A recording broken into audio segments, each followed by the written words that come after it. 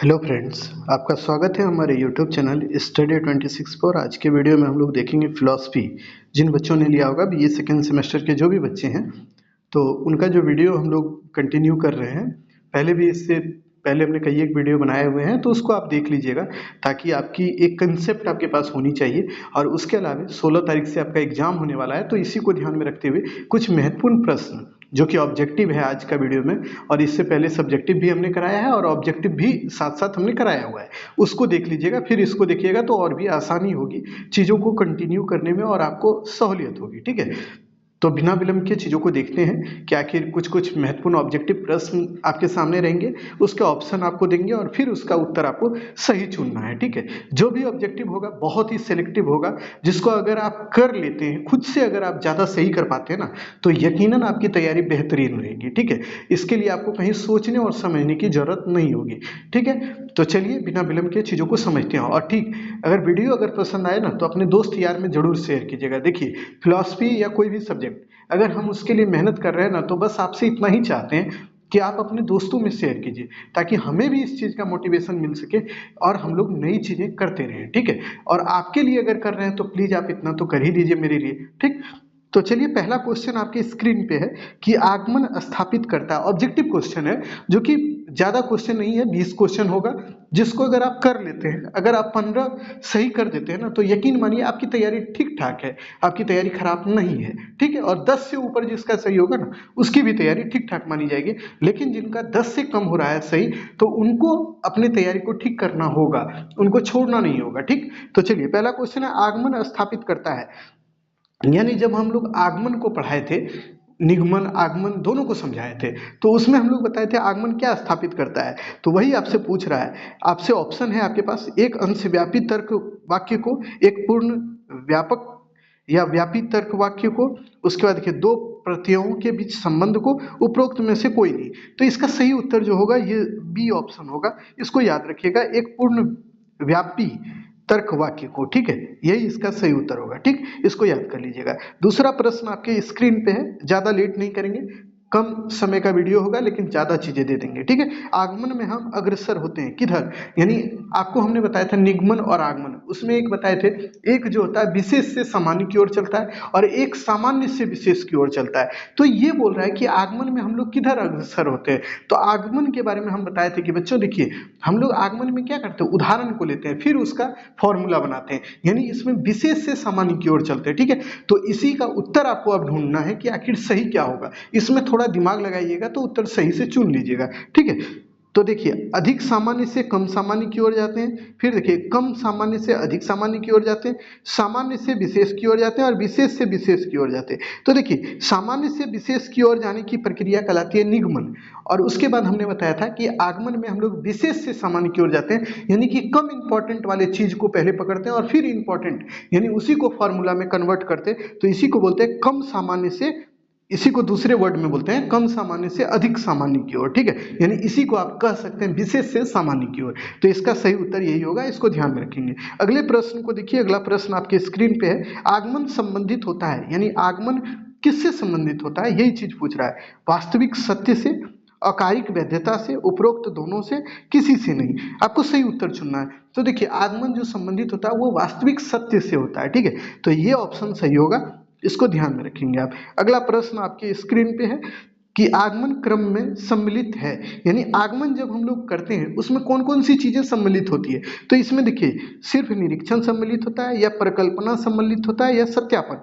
तो हमने बताया था निरीक्षण, जब हम बता रहे थे ऑब्जर्वेशन जिसको बोलते हैं, तो देखिए परिकल्पना जब आपको पढ़ाए थे तो वहां बताए थे कि पहले चीजों को हम लोग चुनते हैं, यानी कि कोई भी कारण है उसका निरीक्षण करते हैं, निरीक्षण करने के बाद हमारे पास तथ्य आता है, तथ्य के बाद हम लोग परिकल्पना करते हैं और फिर उसका क्या होता है, हम लोग उसके बारे में वेरिफिकेशन करते हैं, सत्यापन करते हैं। तो यानी कहने का मतलब आगमन में ये तीनों चीजें सम्मिलित है। चूंकि ये परिकल्पना का पार्ट है जो कि हमने पढ़ाया है हाइपोथेसिस, वहां पे इसके बारे में चर्चा किया हुआ है। अगर आप वीडियो देखे होंगे ना, तो आपको समझ में आ रहा होगा, कम से कम आप बातों को सुन तो जरूर रहे होंगे या समझ तो जरूर रहे होंगे। ठीक है, तो उपरोक्त सभी होगा, डी ऑप्शन सही होगा। ठीक है, क्योंकि परिकल्पना जो है वो किसका, आगमन का ही पार्ट है, तो इसीलिए ये है। ठीक है, अगला प्रश्न है परिकल्पना या परिकल्पना, इसी को कल्पना बोलते हैं, इसको इंग्लिश में हाइपोथेसिस बोलते हैं। तो अब बोल रहा है कि परिकल्पना होता क्या है। ये सीधा एक शब्द में लिख दिया परिकल्पना और डैश कर दिया, उसके बाद आपको सही उत्तर चुनना है। यानी कि परिकल्पना किसको कहते हैं, यही आपको चुनना है। एक स्वतंत्र मानसिक उड़ान है या फिर अनुसंधान है, किसी घटना की व्याख्या के लिए तब तक किया गया एक अटकल है, या उपरोक्त सभी। तो आप जानते हैं परिकल्पना के बारे में हमने जब पढ़ा रहा था आपको, तो हमने बताया था कि यह क्या है, यह एक अटकल है। यानी कि कोई भी घटना को आप देखते हैं उसके ऊपर जो अनुमान लगाते हैं वही परिकल्पना कहलाता है। तो परिकल्पना क्या है, एक मानसिक जो अटकल है, जो कि आप अपने अंदर सोचते हैं। अगर मानसिक उड़ान जो है ये ना होकर ये अटकल यहाँ पे लिखा रहता उड़ान की जगह, तो यह सही हो जाता, लेकिन वहाँ अटकल नहीं है, इसीलिए यहाँ पे अटकल वाला चीज को देख के आपको इसको निकालना होगा और इसको सही मानना होगा। ठीक है, तो इसको ध्यान में रखिएगा। जब भी चीजों को पढ़ाते हैं उससे रिलेटेड अगर ऑब्जेक्टिव क्वेश्चन आपका होगा ना, तो कंसेप्ट और भी मतलब आपके दिमाग में बैठ जाएगा। ठीक है, इसीलिए हम करा रहे हैं। तो इसको ध्यान में रखें, परिकल्पना को ध्यान में रखिएगा। ठीक, अब आइए अगले प्रश्न को देख लीजिए। अगला प्रश्न आपके स्क्रीन पे है, परिकल्पना या कल्पना के कितने प्रकार होते हैं। जब इसके टाइप्स ऑफ हाइपोथेसिस हम पढ़ाएंगे आपको, तो वहां बताएंगे इसके टाइप्स कितने होते हैं। ठीक है, तो यहाँ बट इसको ध्यान में रखिएगा, 3 टाइप्स ऑफ हाइपोथेसिस होता है, जिसमें हम आपको बताएंगे नल हाइपोथेसिस होता है। तो उन चीज़ों को हम लोग अगले वीडियो में करेंगे, क्योंकि वहाँ पे हम आपको क्लासिफिकेशन ऑफ हाइपोथेसिस और टाइप्स ऑफ हाइपोथेसिस दोनों एक साथ करा देंगे। ठीक है, तो इसीलिए इस वीडियो में ध्यान में रखिए, 3 हाइपोथेसिस होते हैं टाइप्स इसके, बट विभिन्न विद्वानों के द्वारा इसके अलग अलग टाइप्स भी बताए गए। ऐसा नहीं है कि 3 ही है, और भी चीज़ें हैं जिसको आपको बारी बारी से हम लोग 1-2 करके आपको बता देंगे। क्योंकि वहाँ पे उन चीज़ों को याद रखिएगा तो हो सकता है आपसे सवाल जब बनेगा तो उसको अगर ध्यान में नहीं रखिएगा तो वहाँ पे आप गलत कर दीजिएगा। ठीक है, तो उसको तो अगले वीडियो में हम लोग करेंगे, बट इसमें 3 आपको ध्यान में रखना है। ठीक है, जो कि इंपॉर्टेंट होते हैं। उसके बाद देखिए, कोई परिकल्पना तब यथार्थ होता है जब वह, यानी कि कह रहा है कि कोई भी परिकल्पना यानी हाइपोथेसिस तभी सही होता है जब, अब देखिए, स्थापित प्राकृतिक नियम के विरुद्ध होता है। ये तो गलत हो जाएगा, क्योंकि स्थापित जो प्राकृतिक नियम है उसके विरुद्ध होगा तो कोई भी चीज सही होगा, एकदम नहीं होगा। ठीक, उसके बाद देखिए, सिर्फ स्पष्ट होता है तब सही होता है, ये पूछ रहा है। फिर इसके ऊपर देखेंगे थोड़ा देर में। फिर देखिए, वास्तविक कारण नहीं होता है तब होगा, तो यह भी गलत हो गया। हम आपको बताए थे, जब भी कोई भी मान लीजिए कारण है, घटना घटित हुआ, उसके बारे में आपने जो सोचा वही तो अटकल, यानी कि आपने अपने दिमाग में जो अटकल लगाया या सोचा उसी को परिकल्पना कहते हैं। और परिकल्पना मान लीजिए बाद में उसके ऊपर जब निरीक्षण होगा, यानी कि उसका वेरिफिकेशन होगा, और वो सही नहीं हो, तो वो क्या होगा, वो परिकल्पना गलत हो जाएगा। ठीक है, तो यही बोल रहा है कि यथार्थ होती है, यानी परिकल्पना सही कब होगा, जब वो सत्यापनशील हो, यानी जो कि वेरिफिकेशन योग्य हो, जिसके ऊपर वेरिफिकेशन किया जाए तो वो सही सिद्ध हो जाए, वही परिकल्पना होता है, यानी हाइपोथेसिस कहलाता है। ठीक है, यानी हाइपोथेसिस का जब हम आपको पढ़ाए हैं तो वहां पे बताए थे कि हाइपोथेसिस तभी कोई सत्य होगा जब वो सत्यापनशील हो, यानी वेरिफिकेशन उसका किया जा सके और उसका वेरिफिकेशन हो सके, तब वह क्या होगा, सही होगा। ठीक है, तो इसको ध्यान में रखेंगे। अगला प्रश्न आपके स्क्रीन पे है कि अगला प्रश्न क्या है, तो आप उसको देखिएगा। ठीक, निम्न में से किस पर सादृश्यानुमान निर्भर करता है, यानी सादृश्य अनुमान जो होता है, एनालॉगी जो आपको हम पढ़ाएंगे तो उसमें आपको बताएंगे इसके बारे में, तो वो किस पर निर्भर करता है, यही चीज पूछ रहा है। तो इसके बारे में आप सुन लीजिए, चूंकि देखिए चीजों को सुनिएगा तो अभी कुछ सुनिएगा, फिर हम जब कंसेप्ट बताएंगे तो वहां याद हो जाएगा। ठीक है, तो इसका सही उत्तर होगा सादृश्य पर निर्भर करता है। ठीक है, तो इसको ध्यान में रखिएगा, सादृश्य अनुमान सादृश्य पर निर्भर करता है। दोनों ही वर्ड एक जैसा है तो एक जैसा ही याद कर लीजिए। ठीक है, अगले प्रश्न को आप देख लीजिएगा बच्चों, सादृश्यानुमान जो होता है वो कैसे होता है, यही चीज पूछ रहा है। ये विशेष से सामान्य पर जाने की प्रक्रिया है, या फिर सामान्य से विशेष पर जाने की प्रक्रिया है, सामान्य से सामान्य की ओर जाने की प्रक्रिया है, या विशेष से विशेष की ओर जाने की प्रक्रिया है। यानी सादृश्य अनुमान के बारे में आप जब पढ़िएगा तो ये विशेष से विशेष पर जाने की प्रक्रिया होती है, तो इसी को ध्यान में रखेंगे। डी ऑप्शन इसका सही होगा, इसको याद करिएगा। ठीक है, अगले प्रश्न को देखिए, सादृश्य मूलक युक्ति का निष्कर्ष होता है, कैसा होता है, यानी सादृश्य मूलक जो युक्ति है उसका निष्कर्ष कैसा होगा, यानी कि लॉजिक जो होता है सादृश्य मूलक, तो उसका कैसा होता है निष्कर्ष। ठीक है, यही पूछ रहा है आपसे, सही उत्तर आपको चुनना है। निश्चित होता है, संभाव्य होता है, संदेहात्मक होता है, या आगमन से अधिक संभाव्य होता है, तो सही होगा संभाव्य होता है। ठीक है, तो इसको ध्यान में रखेंगे आप। अगले प्रश्न को देखिए आप, सादृश्यानुमान निर्भर करता है, यानी कि सादृश्य अनुमान किस पे निर्भर करता है, ये क्वेश्चन आपसे पूछ रहा है। पूर्ण सादृश्य पर, आंशिक सादृश्य पर, वैष्णवी पर, या उपरोक्त में से कोई नहीं। ठीक है, तो सही उत्तर होगा आंशिक सादृश्य पर सादृश्य अनुमान निर्भर करता है। ठीक है, अगले प्रश्न को देखिए, 12 नंबर क्वेश्चन आपके स्क्रीन पे है।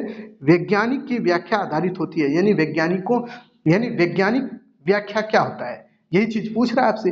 जब हम आपको बताए दे साइंटिफिक और अनसाइंटिफिक मेथड, यानी अवैज्ञानिक और वैज्ञानिक पद्धति, तो वहीं पे आपको समझाने का हम प्रयास किए थे कि वैज्ञानिक पद्धति जो है वो क्या होता है, सत्यापनशील होता है, वस्तुनिष्ठ होता है, उस पे जो है ना उसके ऊपर आप रिसर्च कर सकते हैं या उसके ऊपर प्रैक्टिकल कर सकते हैं। ठीक है, तो उसी को वैज्ञानिक व्याख्या बोलते हैं, वैज्ञानिक पद्धति बोलते हैं या वैज्ञानिक नियम बोलते हैं। ठीक है, तो वही चीजें पूछ रहा है, तो इसको सही उत्तर आपको चुनना होगा। तो देखिए, सिर्फ प्राकृतिक घटनाओं पर निर्भर होता है या फिर सिर्फ समानता की गहरी और सारगर्भिक बातों पर या तर्क पर या उपरोक्त में से सभी। देखिए, एक चीज आपको बताते हैं, जब कोई भी फिलॉसफी में सवाल पूछा जाएगा और जहां सिर्फ लग जाएगा ना, तो वहां एकदम ध्यान दे दीजिएगा कि आगे या पीछे कहीं भी सिर्फ लगा हो तो आप कोशिश कीजिएगा उस जो ऑप्शन का आंसर होगा वो उपरोक्त में से सभी करके आइएगा। ठीक है, ये कोशिश कीजिएगा, क्योंकि सिर्फ नहीं, मतलब कोई भी लॉजिक के बारे में सवाल जब भी पूछा जाएगा ना,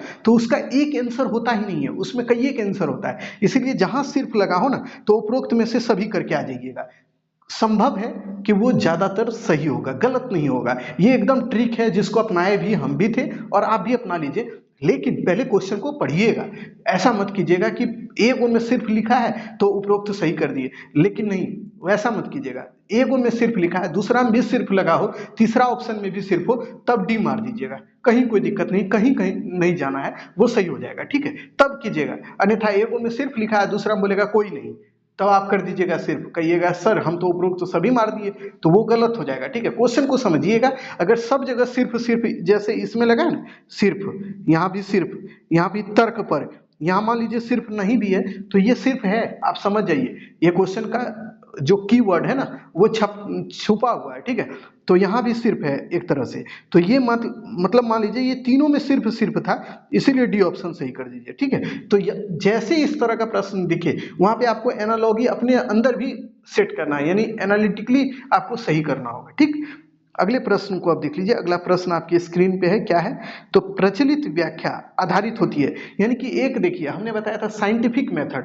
और एक होता है अनसाइंटिफिक मेथड, जिसको अवैज्ञानिक पद्धति बोलते हैं। ठीक है, तो वैज्ञानिक पद्धति वो होता है ना जिसमें एक बहुत चीजें होती है, जैसे वो देखिए सत्यापन योग्य हो, उस पर रिसर्च किया जा सके, उसका मतलब जांच पड़ताल किया जा सके। लेकिन अनसाइंटिफिक मेथड ऐसा कुछ भी नहीं है। मतलब ये हुआ, अनसाइंटिफिक मेथड क्या होता है कि जो आप सोच लीजिए, चाहे वो अंधभक्ति हो या अंधविश्वास हो, कुछ हो, तो वो अनसाइंटिफिक मेथड होता है। तो इसी को बोलते हैं प्रचलित व्याख्या। ठीक है, तो प्रचलित व्याख्या अंधविश्वास पर आधारित होता है। ठीक है, तो सही उत्तर इसका यही होगा, इसको ध्यान रखिएगा। अगला प्रश्न आपकी स्क्रीन पे है, इसको देखिए, दार्शनिक उपागम के जन्मदाता कौन थे, यानी कि ये पूछ रहा है दार्शनिक उपागम होता है जो कि आपको फिलॉसफी में पढ़ना है, तो उसके जन्मदाता कौन थे, यानी कि फाउंडर कौन थे।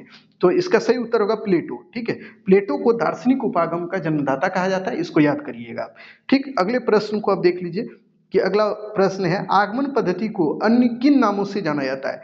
यानी हम जब आपको आगमन पद्धति पढ़ाए थे तो वहां पे कई एक नामों की चर्चा नहीं कर पाए होंगे, तो यहाँ ध्यान रख लीजिएगा। अगर हमें अभी याद नहीं है कि हमने किया है कि नहीं, बट आप इसको ध्यान में रखिएगा। आगमन पद्धति के जन्मदाता या अन्य नाम कौन कौन है, यथार्थवादिता, उसके बाद ऐतिहासिक, प्रयोगात्मक, ये तीनों ही नाम आगमन पद्धति के हैं, यानी उपरोक्त में से सभी नामों से आगमन पद्धति को जाना जाता है। ठीक है, अगले प्रश्न को देखिएगा बच्चों कि अगला प्रश्न आपकी स्क्रीन पे है, निगमन पद्धति को अन्य किन नामों से जाना जाता है।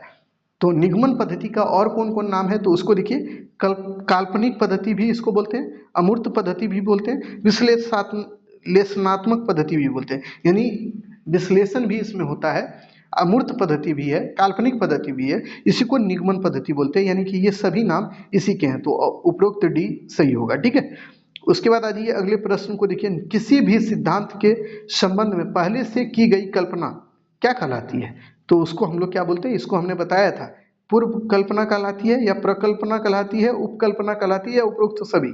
तो देखिए, कोई भी चीज के बारे में हम लोग जो पहले से ही अनुमान करते हैं ना, उसको क्या बोलते हैं, पूर्व कल्पना भी बोलते हैं, प्रकल्पना भी बोलते हैं, उपकल्पना भी बोलते हैं। तो यानी सभी होगा, उपरोक्त सभी होगा इसका उत्तर। ठीक है, अगला प्रश्न देखिए, अंतिम प्रश्न है आज के वीडियो का। इतना अगर आप देख लीजिएगा आपका कितना सही हुआ होगा। अगर आप 15 तक सही किए होंगे तो यकीनन आपका तैयारी बहुत अच्छा है, और 10 से भी ऊपर होगा अगर आपका तैयारी मतलब ठीक ठाक है, यानी आपने हमारे वीडियो को देखा है तभी आप 10 से ऊपर कर लिए होंगे, या खुद भी आप पढ़े होंगे तो आपने किया होगा। ठीक है, तो 10 से ऊपर होगा तो बेहतरीन तैयारी है, उसमें कोई दिक्कत नहीं है। जो चीजें याद नहीं है उनको याद कर लीजिएगा। ठीक, तो अंतिम है, पूर्व कल्पना निर्माण का आधार या स्रोत है, यानी जो कल्पना है उसके निर्माण का स्रोत क्या होता है, तो उपरोक्त में से सभी होगा। तो इसका एक एक देख लीजिए, सामान्य संस्कृति, ठीक है, उसके बाद देखिए समरूपताएं, वैज्ञानिक सिद्धांत, ये सभी होंगी इसका सही उत्तर। ठीक है, तो इतना है, इतना आप ध्यान में रखेंगे। बड़ा वीडियो नहीं है, छोटा वीडियो है, कोशिश है चीजों को दे देने का। आप उन चीजों को तैयार कर लीजिए, अच्छा नंबर आपको आएगा। यकीनन आप हमारे चैनल से बने होंगे तो प्लीज हमारे चैनल को सब्सक्राइब कर लीजिए। ठीक है, अन्यथा आपने नहीं चैनल को सब्सक्राइब किया है तो सब्सक्राइब कीजिएगा, और किए होंगे तो कोई बात नहीं है, वीडियो को शेयर जरूर कीजिएगा। ठीक है, तो चलिए आज के वीडियो में इतना ही, फिर मिलेंगे नए वीडियो में, तो तब तक के लिए धन्यवाद।